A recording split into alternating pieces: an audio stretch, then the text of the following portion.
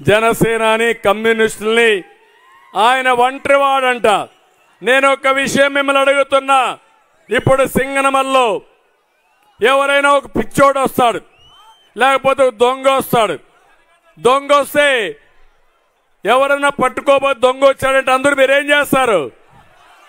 ఏం చేస్తారు? ఊరంతా ఒకటైపి ఇంటికి ఒక కర్ర ఎత్తుకొని పరిగెత్తారా లేదా? ఆ దొంగను తరివేసే పరిస్థితి వస్తుందా లేదా? ఒక పిచ్చి కుక్క మీ ఊరికి వస్తుంది, కరుస్తా ఉంటుంది. ఆ పిచ్చి కుక్కను ఏం చేస్తారు మీరంతా? ఏం చేస్తారు మీరంతా? తరుముతారా లేదా? అదే మార్గీ రాష్ట్రానికి పట్టిన శనిగ్రహం ఈ జగన్మోహన్ రెడ్డి వదిలించుకోవడం ప్రతి ఒక్కరి బాధ్యత అని మీ అందరికి విజ్ఞప్తి చేస్తున్నా.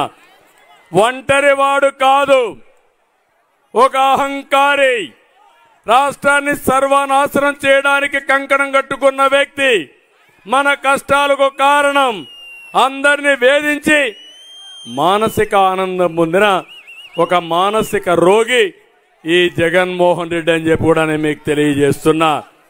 ఒక మాట అంటున్నాడు, ఈరోజు మీరు చూస్తే 50 నెలలు అయ్యింది, అందరి గుండెల్లో ఉన్నానంటున్నాడు. ఉన్నాడా గుండెల్లో? ఉంటాడా గుండెల్లో? నేను ఒకటే చెప్తాను, నువ్వేదో గుర్తొస్తుందని చెప్తున్నావు. నువ్వెట్ట గుర్తిస్తావా తెలుసంటే, దారుణమైన రోడ్లు చూస్తే జగన్మోహన్ రెడ్డి గుర్తొస్తాడు. అవునా కాదా? గేట్లు కొట్టుకుపోయిన నీటి ప్రాజెక్టులు చూస్తే గుర్తొచ్చేది ఎవరు? గుర్తొస్తారు?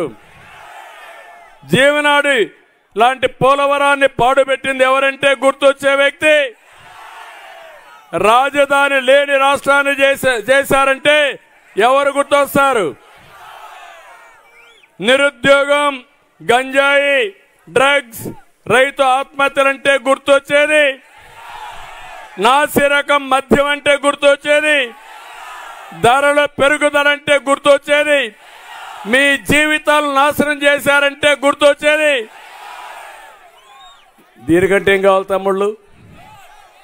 ఇన్ని చేసి ఈరోజు నంగనాచిమారిగా మళ్ళా మాట్లాడుతున్నాడు.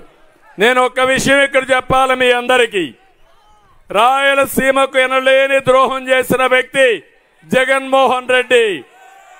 ఒక్క ఇరిగేషన్ ప్రాజెక్టు పూర్తి చేశాడా? ₹1 ఖర్చు పెట్టాడా?